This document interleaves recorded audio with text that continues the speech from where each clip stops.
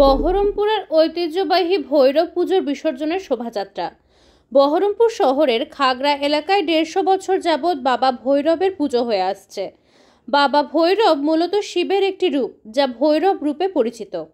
প্রতি বছর কার্তিক পুজোর দিন বহরমপুরের খাগড়া ভৈরবতলা মন্দিরে বাবা ভৈরবের পুজো অনুষ্ঠিত হয় জাঁকজমকপূর্ণভাবে। এবং এই বাবা বহরমপুরবাসী তথা মুর্শিদাবাদবাসীর কাছে খুব জাগ্রত এবং অনেকে মনে করেন তিনি সবার মনস্কামনা পূর্ণ করেন। বাবা ভৈরব এবছর ১৫০তম বর্ষে পদার্পণ করেন।